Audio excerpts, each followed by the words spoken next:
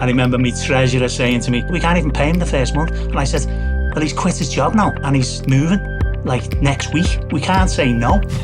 And then the next day we received £10,000 through the post. That was what we needed to raise for that year. Tommy wanted to quit because there was fights everywhere. The building got smashed to bits regularly, multiple windows of a night, smashed the CCTV off the wall, break in, rob projectors. The place got set on fire. And I said, Tom, this is, in my experience, this is what happens when we do outreach to young people. Welcome, everybody. This is Simon Gilbert with Inspired. Great to be back for another week of encouragement and challenge and inspiration. I think most of you, like me, we just had enough of being relentlessly bombarded by negativity in the press. It just makes us more cynical and depressed and anxious and downcast. And what we need is to laugh and to be cheered in our spirit. And I say laugh this week because we've got with us someone who's very funny. He's part comedian, he's part pastor. Welcome, Allan Finnegan. Hello, thanks for having me on. Oh, it's so good to have you, brother. Allan's from Bootle. I've preached up in Bootle. I think at one time it was the second most deprived place in the country. So I'm guessing a roughish start in life, and then came to national prominence through a successful run on Britain's Got Talent. We'll look at that clip in a few minutes' time with Simon Cowell and others just hooting with laughter at your brilliant comedy. And this is all the more poignant, guys, because, well, Allan, why don't you share your health situation? I got a cancer diagnosis a couple of years ago, which was eye cancer, ocular melanoma. And I actually didn't think it was that big a deal, to be honest. But it turns out it really was.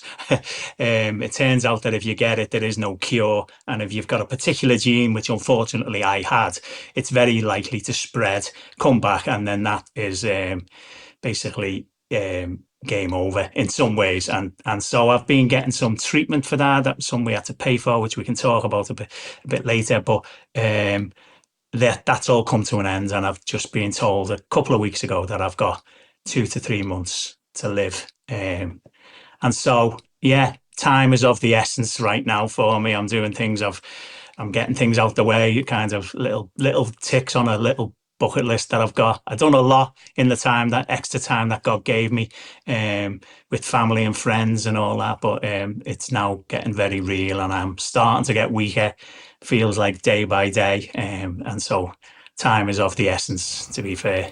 Yeah, well, thank you for your time, brother, and all the more. And a couple of people are saying, get Allan on, and we haven't met, but to me, this is a very precious conversation we're having now. So anyway, let's go back. So Bootle, lots of people won't have heard of it, on the outskirts of Liverpool.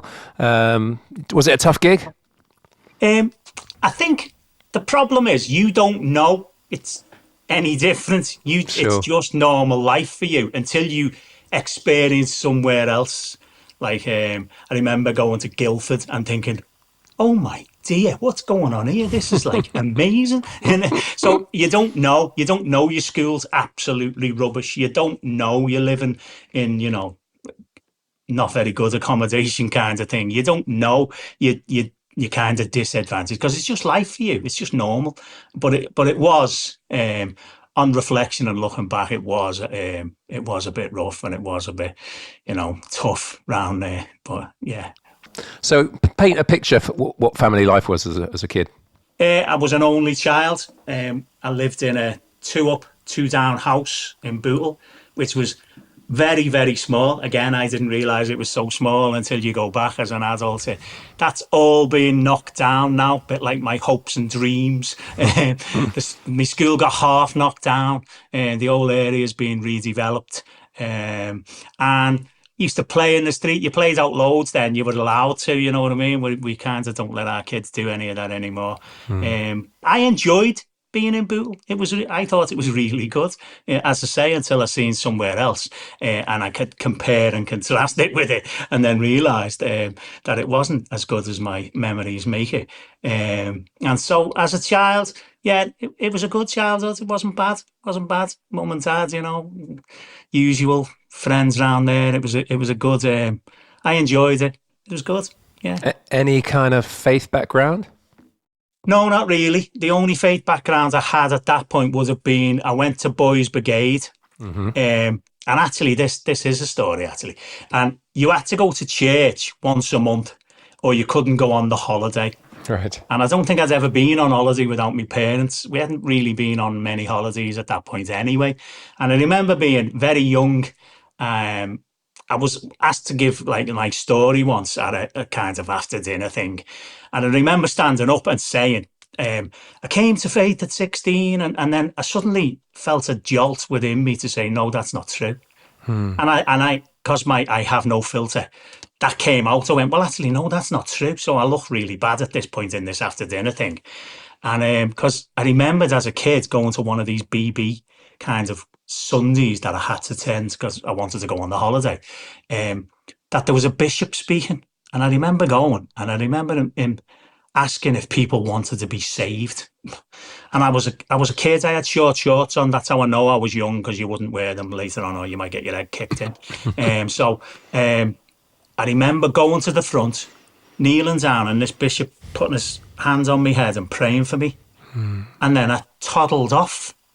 And as I was doing this talk live, I suddenly remembered things in my life where I kind of got into trouble, but just fell short. And I kind of felt at that moment, on reflection, which I've been doing a lot of, as you can imagine lately, that was the hand of God just keeping me from getting too far drawn into silly stuff that could have got me in proper trouble. And I believe God had his hands on me like from that young age until something at 16 happened that was that confirmed that and changed the rest of my life. So so I didn't have a faith background. However, that kind of happened to me during Boys Brigade.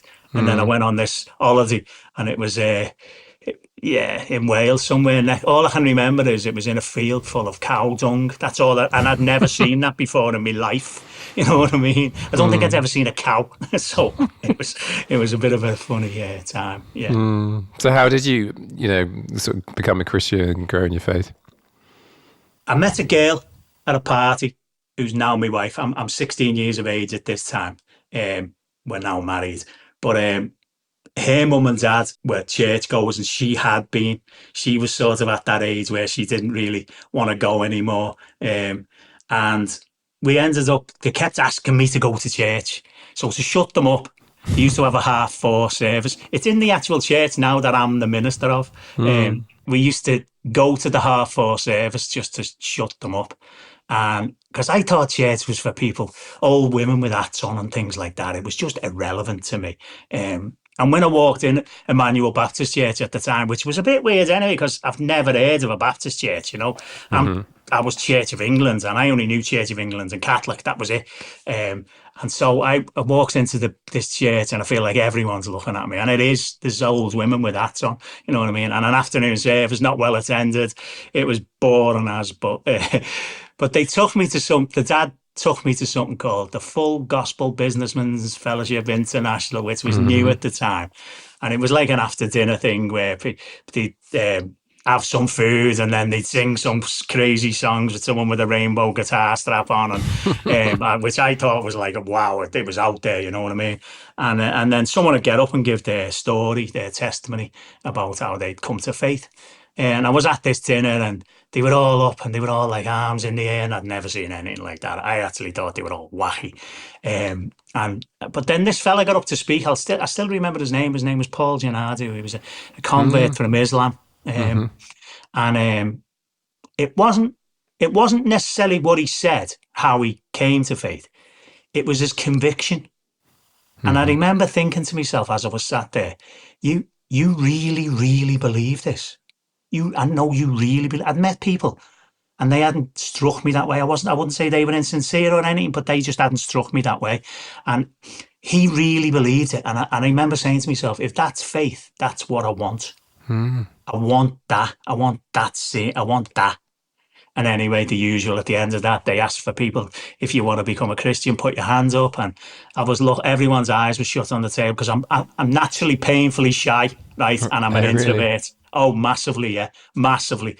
So I sort of snuck my hand up, and I didn't know the rules at this point. You know what I mean? Like he was going to say, "Come forward next." I thought I was done at that bit, but he literally. He says, "Well, all those who put their hands up, come forward. I want to pray for you." And I was dying. I was literally going down the chair trying to get under the table. Anyway, a few people got up, and say 4 people, I think. And then he said, "There's one more person who put their hands up who hasn't got up," and I am. Honestly, I'm like, "Oh no, I hate this. Oh, this is terrible." Someone got up, right? Someone got up and walked to the front, and I'm like, I'm off the hook, right? Literally. So never said a word. It was about a week later. I was walking my then girlfriend home. She lived in a nicer part of Bootle. There are nicer parts of Bootle than I lived in. And but we were a little bit early, say 20 minutes early. She had to be in at 10 and it was 20 to 10 or something like that in the night. And she said, "Do you want to come in for a coffee?" And I said, "Yeah, all right. I'll come in for a coffee." So I goes in. And even in working class areas, this isn't right at that time of night, you know what I mean? I don't know what order now because it's so many years ago. But within 10 to 15 minutes, 3 people knocked at the door. One of them was the pastor of the church. And one of them was a deputy head school teacher who used to go to church but wasn't going anymore. And one of them was one of the people I knew from the church and I'd spoke to a couple of times. So I knew him. And they all had the same type of story. I felt God told me to come. One was driving past the lad I knew on his motorbike, but the other 2 came from their houses. Wow. I felt God told me to come here. And they assumed to pray for Roy, who had a heart problem. That was the dad. And so I'm sitting there, which felt like the hottest cup of coffee in the world, like it had been microwaved to death or something, because I just wanted to drink it and get out because there's 3 people and Roy in the house, and they decided to pray for him. So they sort of kneel down on the mat in front of the fire, and I'm on the couch, and I'm like, "What's going on here?" Anyway, and as they're praying for him to be healed, one of them spoke in tongues, which I'd heard in this wacky meeting the week before, right? And I was like, "What's going on?" But so I'd had a conversation with that lad I knew about it, and I was kind of okay with it. Still thought it was a bit made up, but you know. And anyway, as soon as they finished, it was weird. If I felt like they all understood what he said, because as soon as he finished, they all turned and looked at me, and one of them said, "We've got to deal with you first."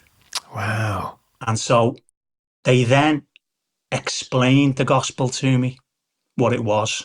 I'd heard the story in school because that we were still getting things like that, and I had a teacher in junior school that wouldn't let us go out and play sport, ruined my football career, but just used to tell us Bible stories. And when will I ever need Bible stories? You know what I mean? How wrong was I? So they explained the gospel to me, and then we prayed together. And then by this time I'm late, forgetting all myself, so I'm running, and I got stopped by the police because there'd been burglaries in the area, and I was running down the road. They stopped me by the police, and I'm saying, I've just found Jesus," and all. They must have thought I was mental. So they literally just let me go. they probably couldn't be bothered with the paperwork or something. They literally let me go. Yeah. So it was a dramatic kind of night. And then after they prayed for me, one of them prophesied about that he'd brought everyone here for a reason tonight, and that it would be a kind of difficult road, but a fruitful road. And I've always remembered that. I always thought, why does it have to be difficult? Why can't it be a bit easier? So yeah, it was kind of a dramatic introduction to faith, and that changed my life massively. It massively changed my life. I'm not saying I was this perfect thing after that. I wasn't, by no means, but my thinking and everything completely changed, and yeah, I was all in at that point. Yeah, because I know you've talked of Bootle. Well, typically in a deprived area, community is strong, but aspirations are low, aren't they? So yeah. You know, what did you think that you were going to end up doing? Was it very limited? Well, you never think anything. You always keep your head down under the parapet kind of thing. And it's something that's probably dogged me all my life, that you almost self-deprecate all the time. You don't want to big yourself up in this type of community. I think that's a general thing. You do get the exception to the rule on that, like, but you generally just keep your head down. You don't get too big for your boots. And then I had no idea what it meant, because I'm new to faith. I don't even know what faith is really. I'm learning. I started reading the Bible. I didn't really read very well at school. I couldn't read out loud. Teachers used to make me, because I was a bit of a pest, just to make me look soft and all that. So everything, yeah, I was very limited in what I thought I would achieve, or belief in myself was, and probably still dogs me to this day in a weird kind of way. Even though I know it's there, and even though I know I try to force myself through it, it still speaks in the back of my mind. What are you doing? You're an imposter. What are you doing? You're going to get rumbled. You can't do this. That voice that undermines everything. In everything, not just church. In comedy, it was exactly the same. On a building site, it was exactly the same. BGT was the same. I'm walking out onto stage going, what are you doing? Why are you doing this? So, it's something that has probably dogged me and has limited what I've done and what I think I can do. I'm definitely not one of them people who's a glass half, what is it, full. It's more of a glass smashed. So anything. But Christianity was brilliant for that in some ways, because if you did anything good, that was God. So it wasn't you anyway. So all the good stuff was God. If you did anything bad, that was defo you. But anything good, it was God, or it was the Spirit through you. So it actually helped with my self-deprecation and my poor view of my self-image, if you get what I mean. Yeah. It actually did help for a long time. Yeah. So you end up on a building site for a number of years, do you? And is that an easy place to be a follower of Jesus? No, not at all. Yeah, I ended up on building sites. It was the 80s. I left school in 83, I think. And it was Thatcher's Britain, and Liverpool didn't come out well in that. And so, there was no work in Liverpool. A lot of people migrated away from Liverpool. It was a decline in population and everything at the time. But when I left school, it was YTS's £25 a week youth training schemes. And I remember my first job, I was learning to program Apple computers. They were brand new at the time. They were BBC Apple. And I was learning to program Apple computers. I'm dyslexic, I found out later on in life. So I don't know how that had gone anyway. But yeah, I was learning to program Apple computers, and I blew it. So I can't believe I was doing that. And then I ended up on a YTS, which was for building sites, building skills, with a gang of, what I can only describe as lunatics in the south of Liverpool. Like your coat, I went in the first day with a sheepskin coat on, like Del Boy kind of thing. And the arms got cut off with an axe within the first couple of hours. So it was just crazy, right? And then and then I end up on building sites and all that, doing groundwork mostly, which is like digging holes basically for a living. Yeah, that was tough, because you're at the end where if you say something that they don't like, they'll just punch you. So you have to learn to be a good manager of people. It was actually good grounding, and actually good grounding for being a Christian anyway, because that building site background toughened me up a lot, and so that you couldn't really insult me. It didn't really matter, and I know some Christians who get offended when people swear around them. That was just every day for me. I couldn't get offended. I had to just live with it, and it was fine. You know what I mean? It didn't particularly bother me. And the skitting and all that. But you have to stick up for yourself as well. Otherwise you'll just get bullied to death. And so you have to come back with stuff. So it kind of did toughen me up. It was tough, don't get me wrong. But I ended up with a group of lads working mostly with them, so they end up liking you, even though they're not necessarily agreeing with your beliefs. A lot of Catholics, so they kind of just think you're wacky, you know what I mean? things like that. And I probably was a little bit wacky at the time because I was full on, I was full in, it was everything. So yeah, so it was a tough time, but a really good grounding time, I felt, for particularly becoming minister of a church in the area we're in and Yeah. ministering in this area. Yeah. Did you see any of your, tough builders come to faith? Not that I know of, but I've had a few conversations with them when they're on their own, and they've asked me to pray for stuff. Yeah. That's as good as it kind of gets with them. They'd never admit it, you know what I mean? So they wouldn't admit talking to me, but they would talk to me on their own about stuff and faith and ask me to pray for certain situations, mostly family stuff, and sicknesses and things like that. And I've done a couple of funerals for them, for their relatives. And so I have had some influence. Who knows what? It feels like I'm having more influence now with those people. Yeah. Weirdly, because I'm still in touch with a few of them because we work together for 20 years or something. So we go back a long way. But, so what was the chronology of the comedy and the pastoring? How did that pan out? So I've been in the same church since I was 16, the same church that I walked into the back of and it was boring. I stayed around in that church, and that church has had its ups and downs over the years. It's had its successes where it was quite a biggish church, and it's gone really low and things like that. And in one of them really low times, I became the minister of the church, almost by mistake. I wasn't planning it. It was. I mean, it's a long story about having an argument with the regional minister because I wanted them to give us some money to get a minister, and they wouldn't give us any money to get a minister, and then they sort of challenged me to become the minister, and it was a kind of standoff, And I said, okay, then, or something like that. It's longer than this. The story. It's in the book, but and I ended up the minister of the church somehow.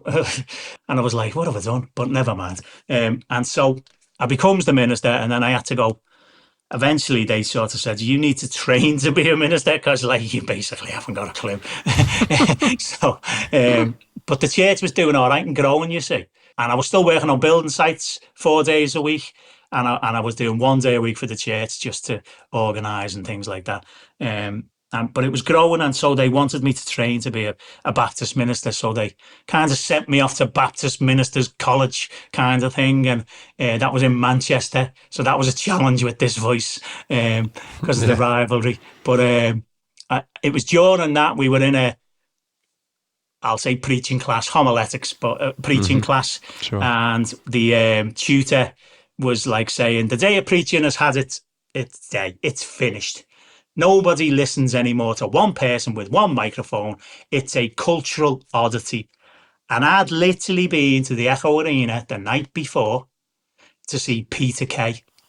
An hour and a half with a little break in the middle to 11,000 people screaming for more at the end. So I said, it's not. One person, one microphone is actually really culturally, it's there at the moment. Comedians are selling arenas out. I said, so it's not the mode, it's what you say when you've got the microphone in your hand. That's the problem often. Yeah. That led to a learning objective. We had to do these things on top of our academic stuff. We had to do some outside, and my learning objective was to attend a comedy course and compare and contrast preaching and comedy. Wow. So I got on a 6-week comedy course in Liverpool. When I signed up, I didn't realise you had to do a gig at the end in a proper comedy club. Wow. So I did this comedy club, this course, and then we had to do a gig, and I was terrified. Sure. Absolutely terrified. And they did this thing where they said, we're going to put you on first, Allan. And I was like, oh yeah, put the rubbish one on first, you get them out the way kind of thing. And they were like, no, it doesn't work that way in comedy. The first and the last ones are often the best. The ones in the middle, we sort of hide in the middle. And I was like, oh. So I went on, and it went all right because a lot of your friends and family are there because you invite them to it. It went all right, but I had no intentions of doing comedy. I was just doing this little assignment that I had to do. Just go to, but someone booked me for another gig, which was in a totally tiny place. if 10 people were in, it was full. You know what I mean? And then someone booked me again for another gig. And then this lad who was on the course with us, he was like, we'll go round and do comedy together. And I was like, okay, I'm not really doing comedy kind of thing. But it just snowballed from there and actually became a little bit of therapy for me from the rigours of trying to work, do a degree and run a church with a young family at that point, you know what I mean? So I was pretty like rushing everywhere trying to keep all the plates spinning. And then I started doing this comedy, which was a bit of a release. Yeah, I didn't intend to go into comedy. It sort of happened to me. Well, listen, folks, maybe the pinnacle was Britain's Got Talent, certainly in terms of numbers, millions of people watching you on TV and then appearing before Simon Cowell and co. So let's just have this 2.5-minute clip where you blew their socks off, and it's so heartwarming to if you're watching us on YouTube, you'll be able to see it, but otherwise you'll just hear it, but you'll see the crowd absolutely letting rip, and it's a beautiful clip. So let's just watch this now. Hello everybody, you all right? I'll tell you a little bit about myself. I'm a Baptist minister, actually. Most people don't know what that is. I have to explain. It's a bit like being a vicar or a priest, but I don't wear frocks. As long as we don't count Tuesdays, because that's my day off. I can do what I want. And me and my wife are the same cup size, so that comes in handy. I'm married. I've been married for 30 years, over 30 years now. Thank you. We all know what it means. It just means my love life has become a bit like my bank card, contactless. There are other similarities I don't like to talk about. The fact that I don't have to worry about pressing any buttons. Transactions are quicker than they used to be. And I'm constantly getting declined. So... There we go. It wasn't that way in the beginning. Oh no, it was all welcome gifts, high interest and instant access. Now it's flat rate, no interest, and I need 3 to 5 days clearance, to be fair.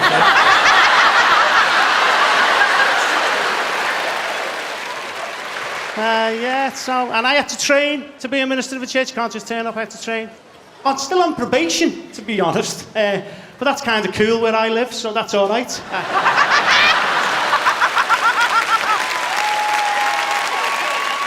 Sometimes I take my watch off, put it around my ankle, cover it with my sock, just to get in character.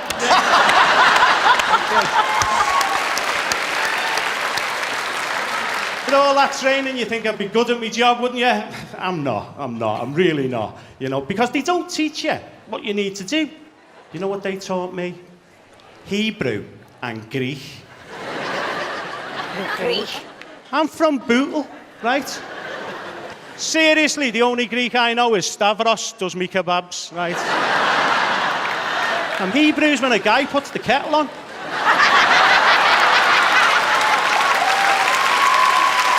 Good night, and God bless.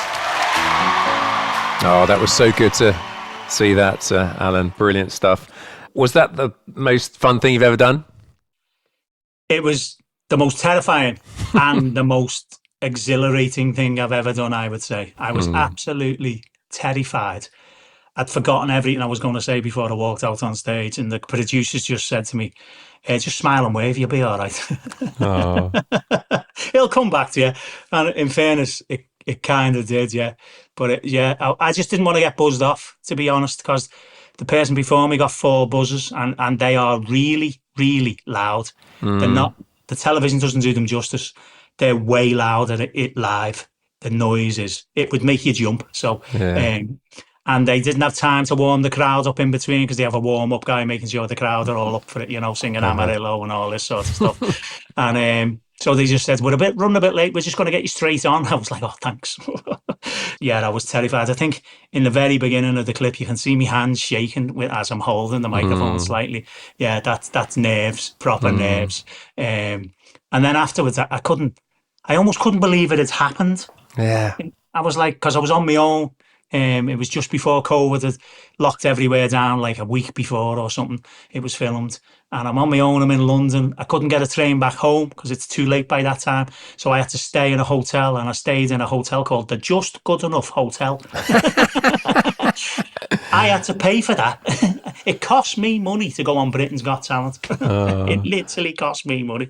So yeah, I was walking up the road in a pair of £9 Primark shoes that they'd bought me because I had a pair of trainees on and they didn't want to advertise them Nike Air Max. And I was literally walking up the road going, did that really just happen? Yeah. And I had no one to talk to about it. It was a strange feeling.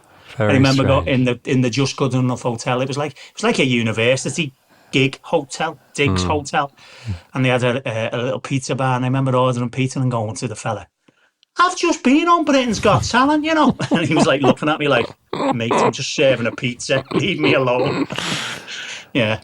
But I guess you when you're up there, it was like that was like God's favor, His gifting, His passion in you. Just it's that coalescing of all those factors, wasn't it? And you must have felt so alive. And I'm guessing in a very different, less dramatic way when you're preaching back in church and when you're serving your community, which I know you've been doing that for decades, and you've got a great reputation in the community.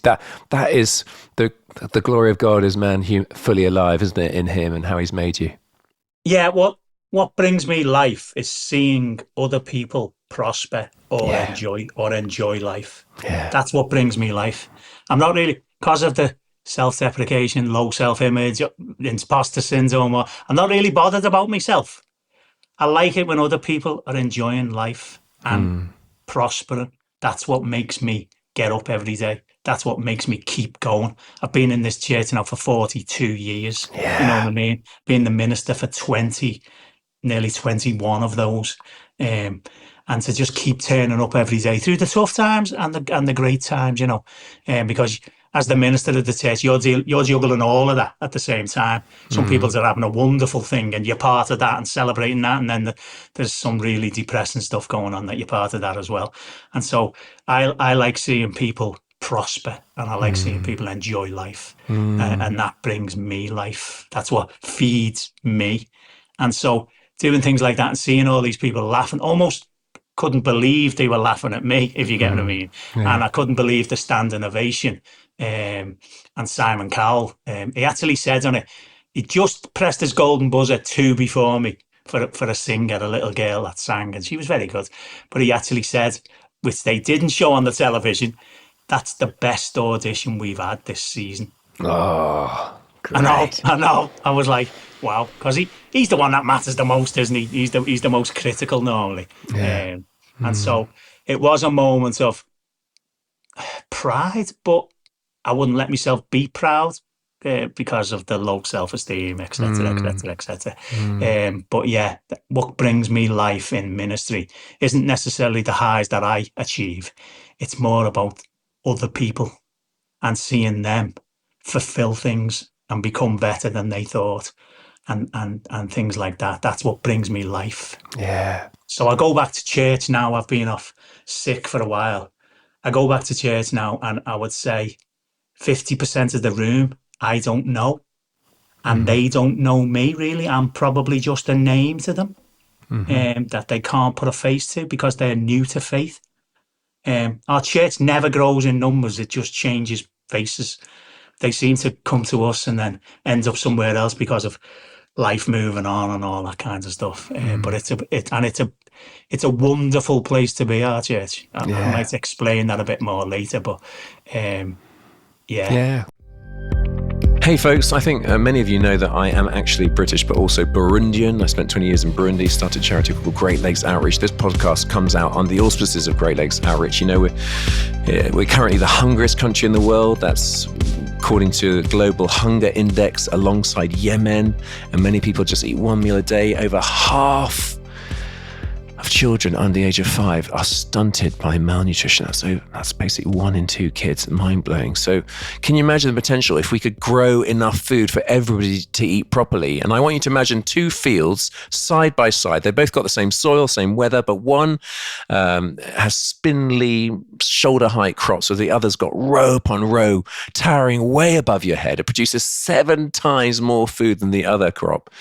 Well, is it possible? I've seen it for myself. It's called Foundations for Farming. It used to be called Farming God's Way. And it's basically a biblically inspired method which yields massive amounts of food from a small piece of land. It's already changing lots of lives in Burundi where hunger is clearly a gigantic issue. Anyway, we've just released a stunning new film about it, and it's less than 2 minutes long. It explains how it works and how you could get involved. You know, many of you giving 10, 20, whatever pounds or dollars a month already. This is the sort of thing the money goes to. So if you want to be involved, go to greatlakesoutreach.org/farming to see this gorgeous short film. And you could also find it on the YouTube channel. And if you want to get involved, I would love that. greatlakesoutreach.org/farming. Here's to changing the world. Now let's get back to the podcast.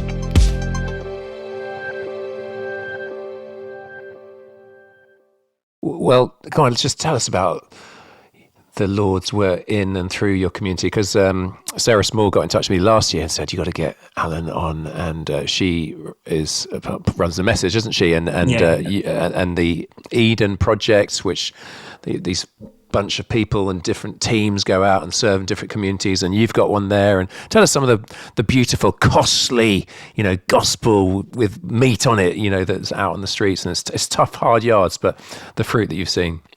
Yeah, because I've been in the church 42 years, I've seen everything, if you understand what I mean.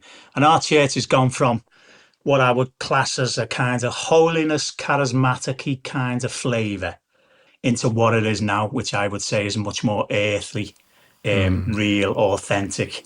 You get what you see on the tin kind of flavour. And I would say that's mostly because of Eden.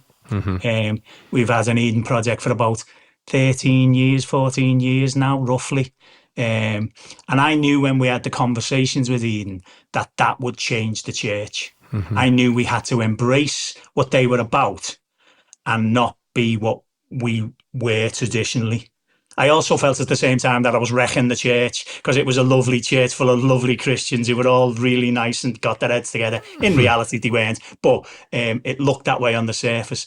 And I was embracing this messy, what is it kind of thing going on, And Eden came in, and it's been great. We had Tom and Emma, who were our first Eden leaders. Tom now runs Proximity for the message, and he's a great guy. He really is a great guy.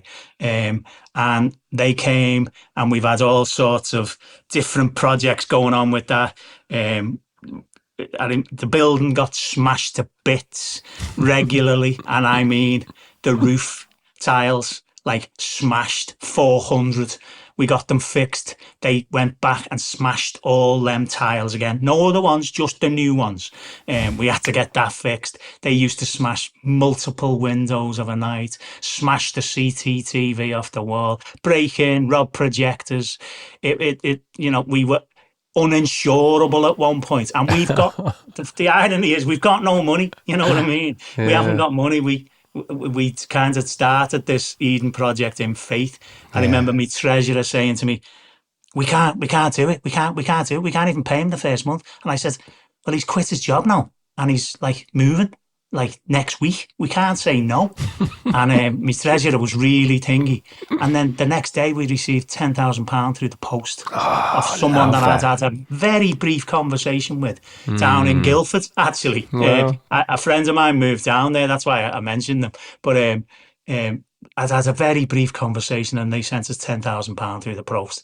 And so it was a miraculous, that was what we needed to raise for that year. It was a miraculous thing. And the Eden team, Tom, he wanted to quit because the church was getting wrecked and there was fights everywhere.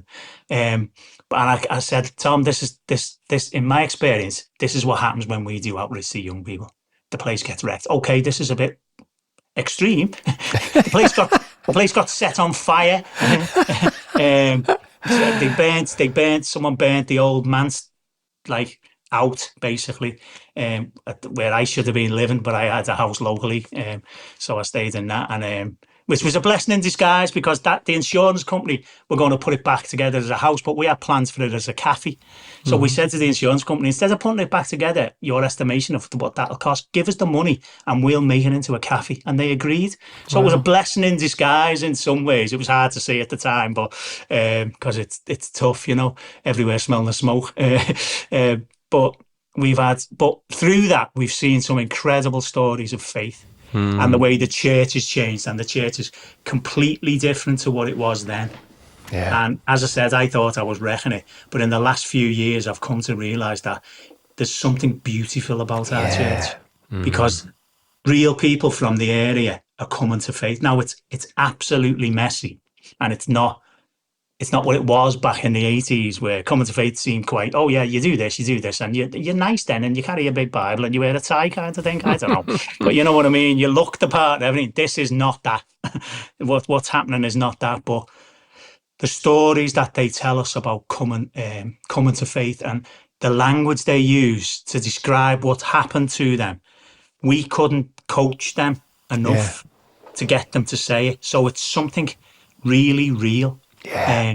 And it's authentic. As I say, it's very messy still. If you come to our church, someone probably will swear at you. You know what I mean? So it is it's very grounded, I would say. What you get is what you see.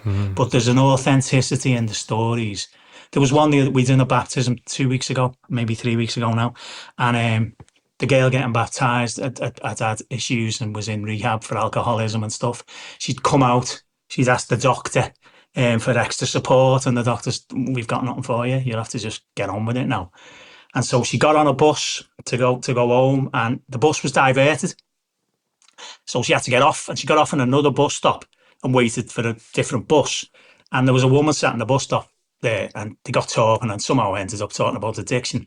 And the woman said, oh, there's a Celebrate Recovery group starting in Emmanuel Baptist Church tonight. Why don't you come? She started attending our church. I don't even know who she is, by the way. So, this girl said, I live on Sefton Estate, which is the estate our church is on. So I know that church. I will. She came. She's been coming now for nearly a year. She's now the deputy manager of our community grocery. And she's lost all her family and all that. They all came to her baptism. She's restored to the family. And it's just a beautiful story. And again, the language she's talking about it's not your typical Christian language. It's down to earth language, but you know exactly what they mean. Yeah. Do you understand what I mean? I do. And I could tell you story after that. We had a girl who came to faith because we did this find the sheep across Netherton, the lost sheep, and we had knitted sheep in different locations, and you had a bit of a search, for the kids to do. And on the Sunday, they came to get their prizes and that for completing the search, which was some sort of chocolate selection box or something, I don't know, Easter kind of mean. Must have been an Easter egg, mustn't it? And she ended up on Alpha, and again, beautiful stories. And I could probably repeat them all the time. Another nightclub singer, singing in the clubs and pubs around Liverpool, but was a medium as well, and used to do readings in pubs, so pretty big at it. She had dreams where Jesus came into her dreams and told her that she was in a dark place, and she was getting frightened of what she was in. And so she lived across the road from us. She had seen a sign saying Alpha. So turned up at Alpha, one of the Alpha courses we run, and came to faith. And again, and feels like she said to us, I feel like in the dreams, I feel like Jesus rescued me. This is her language. And so I felt I had to go to church, and I seen your church with this Alpha sign and thought, I'll go there. Yeah, and then she got baptized. She's moved with her house moved, so she can't drive, so she doesn't come anymore. But that's an example. Someone, I think it was Tom's wife, Emma, felt the Lord said to her, I adopt people into my family, but as a church, I just want you to foster some. And so we have this role of kind of seeing people come to faith in that, and then they move on. And in some ways, that blesses my heart. In other ways, I want them to stay. Do you get what I mean? But it blesses my heart because they're in a better place, which is what I said brings me life. And so what I'm seeing now, although it's messy, although it's chaos at times, and we haven't got great worship, we haven't got great anything really. But it's something, and I think it's something wonderful we've created, and I don't like speaking like this because I don't like bigging myself up, but it's kind of a really good legacy for me to see. Yeah. And it's good to see that in my absence, it feels like it's doing better, which again blesses me so much because it could have been built on my personality, and it clearly isn't. It clearly isn't. It's so good to see. Yeah. So, loving listening to this.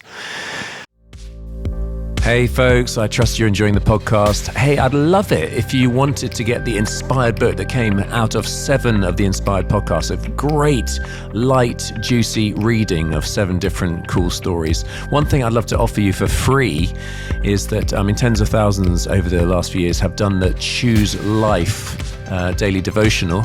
You bought the book, or you can get it for free on a daily or weekly email. So that would be chooselife.org.uk, and you can get a 3-minute read, 3-minute plus each day. Now, let's get back to the podcast. So as we move sort of to this last chapter of your life and imminent graduation to glory, you have said that your cancer years have been your best years of your life. Now, that's a tough thing to say. Can you delve into that? Yeah, I can. When I was diagnosed terminal and with less than 12 months to live, as it turned out, some of the treatment we got that was private meant that we could extend that by a further 12 months. But my mortgage got paid off, so I had more disposable income. I could go on more holidays while I was still fitting well. I could spend more time with the people. I also didn't have 5-year plans anymore. They were shortened massively, you know what I mean? And so I had to live in, at that time, probably 3-month plans, because that was the treatment every 3 months. And so it shortens your kind of outlook on life, and you're not living by the calendar and the clock anymore. It forced me into the moment, and really forced me into the moment. I remember walking down the street and it was raining, and I felt the rain on my face, and it felt something. It was just great. And, something as simple as that, but it literally forced me to spend time with more people, to focus on the time I had, to be more intentional about how I spent that time, because it was so much more precious than it had been. I know we're told to live in the day and in the moment, but I'll say for myself, I never did, if you get what I mean. Yeah. But this forced me into it. And as my diagnosis and treatment options have kind of lessened, and my life expectancy has lessened, that's gone even more focused. So it really focused me to be in the moment and live in the now. And I've got a sign behind me which says today is a gift. That's because I felt God saying it to me, that today is a gift. That you've been given this day. What are you going to do with it? And don't get me wrong, there are times when I don't do much because of health wise, but also because I've got nothing to do. And there's, everyone else is at work and things like that. But I have times I just sit in quiet and stuff, and really appreciating the time I've got. And I see it as a gift. These couple of years, you could see it as doom and gloom, and that is my normal go-to kind of response to things. So this is I feel a little bit supernaturally unreal, that I'm seeing it as this time as being a gift to me, rather than a death sentence where you could be, oh, woe is me. This has been a gift. It's given me some great moments. It's given me time to see people I've wanted to see that I haven't seen for years, and say, not like ta-ra kind of thing, but yeah, say ta-ra to them, you know what I mean, and bye kind of thing. It's given me time to catch up with people. It's given me time to put things right with some people. It's just given me so much don't know. I don't know the next word. It's given me so much more than I expected. And so I do describe it as the best years. The last 2 years have been the best years of my life. And I've had the time as well. I know that sounds silly, but I've had the time because I've been off sick most of the time in church. So I've got the time to do these things. And it has been incredible. I had to do a GoFundMe for that early treatment. I didn't think we'd get anything. I was told I needed to raise £200,000 for the treatment, 4 treatments. It turns out I needed a bit less than that. But I was like, that's ridiculous, doctor. I'm not even going to get £2,000, never mind 200 grand. And put it on Facebook. Within the first couple of hours, I had 25 grand. And then by day 3, I had enough for the first treatment. And so we booked it down in Southampton. And I ended up getting 3 treatments, which kind of worked. It put me slightly in a better place than I was a year previous. And I was eligible for some NHS treatment then.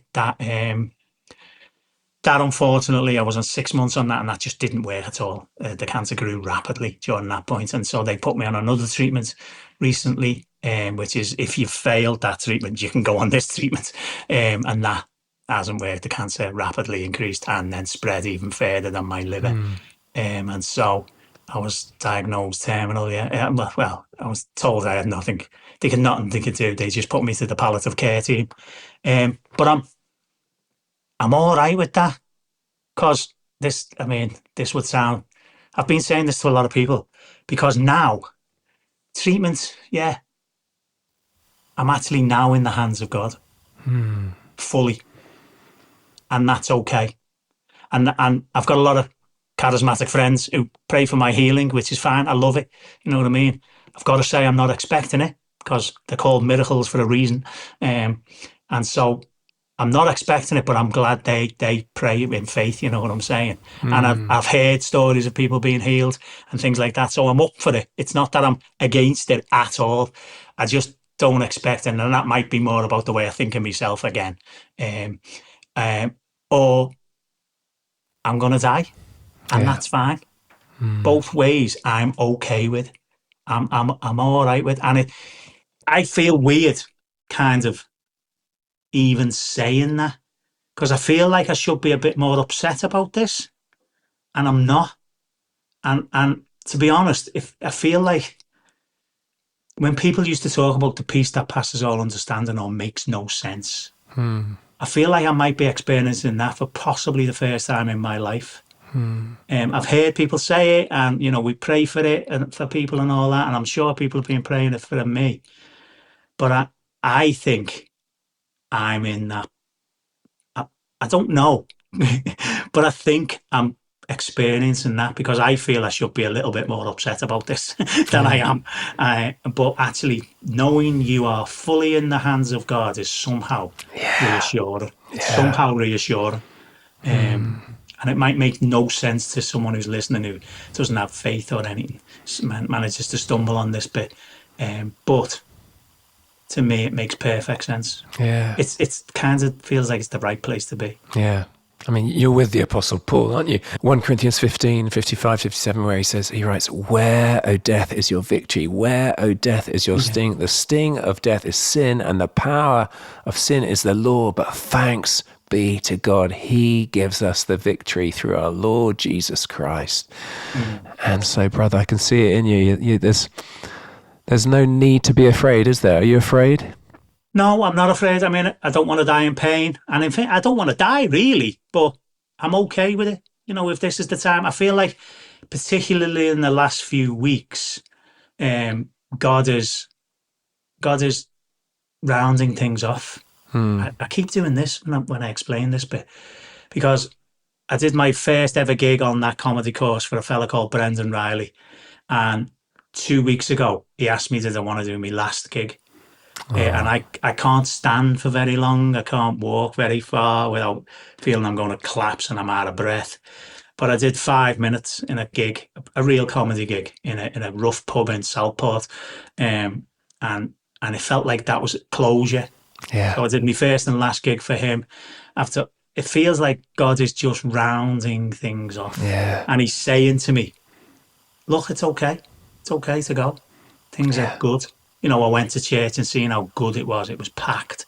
And it was a great service. And it was just so good to see. It was so good to see that it's doing so well without me and my influence.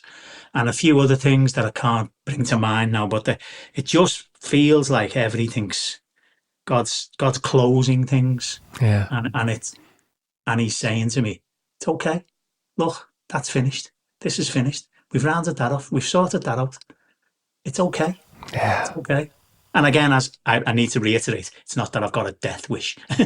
I'm not there, but I'm all right with it if I do. It's not a fear, because I know what's going to happen. I've kind of sat with people who've died with similar things that I'm going to go through. So I'm not naive at all. But I just don't want to die in pain, I suppose. I guess no one does, if we think about it. And so that's my prayer, that I kind of just drift away in my sleep.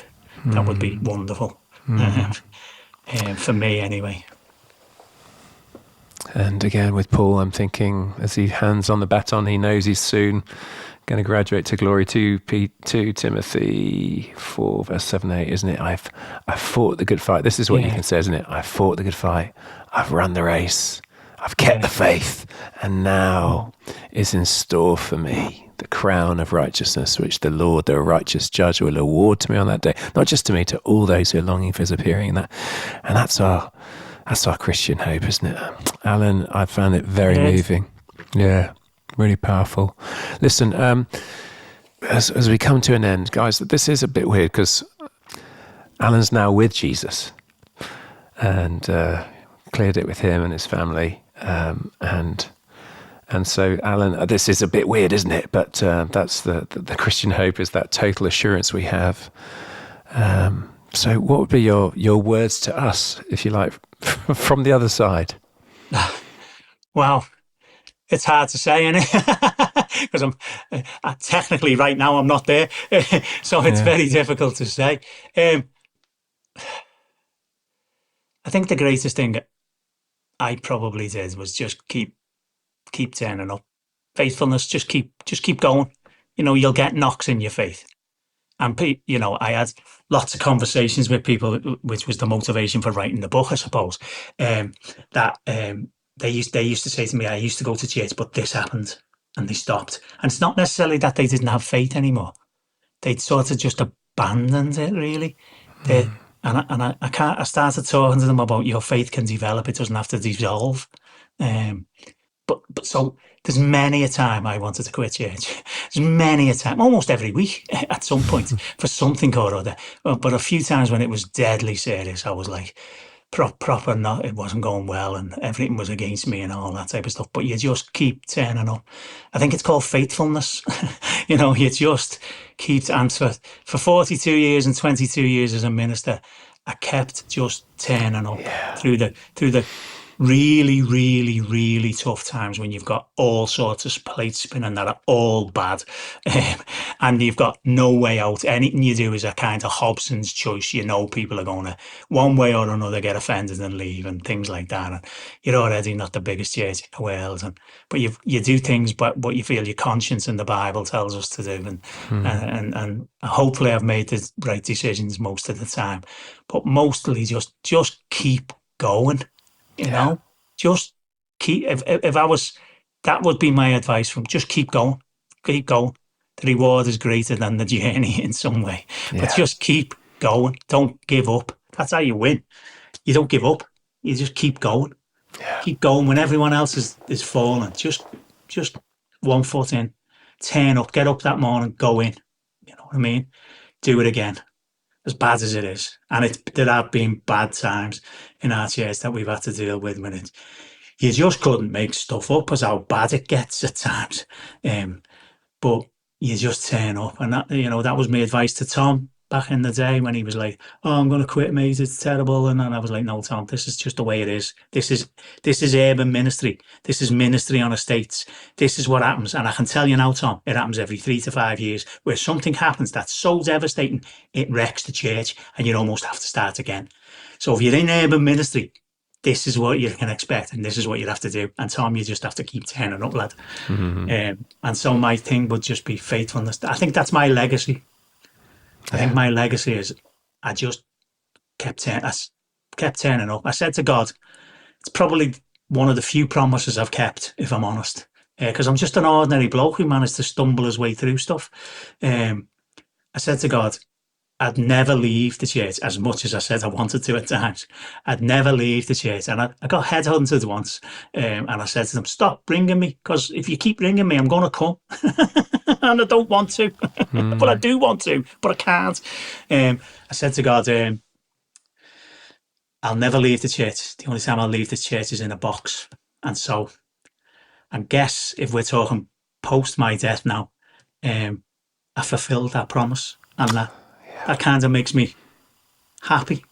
Yeah. I got let out in that box. That's I kept that one. Yeah. Yeah. Well, Allan, Finnegan, we salute you. Thousands of people right now salute you. That's very powerful. Listen, guys, a few weeks before he died, Allan did manage to get out a book. I didn't ask for any of this. Church, Comedy and Cancer. We'll put that link in the blurb. And Allan hasn't asked for this, but I'm going to... I don't know how we'll do this. We'll put something in the blurb in terms of if you want to support his family, whatever. Just if you want to make a gift to bless them in their period of grieving and their next chapter. His precious wife. He's got 2 married adult kids. Is it 1 grandchild you got? Yeah. Little Albie.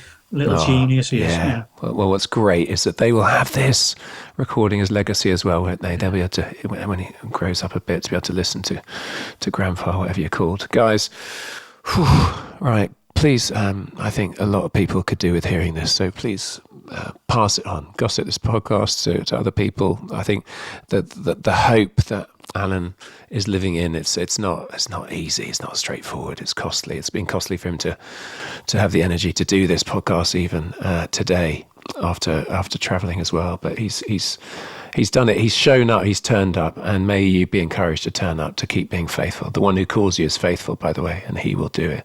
1 Thessalonians 5:24. So just keep on going. Okay, next week a very different guest, a very different story. But Allan, thanks for your time. Thank you. Thanks for having me on. Okay, guys, God bless you. Have a good week, and toodaloo.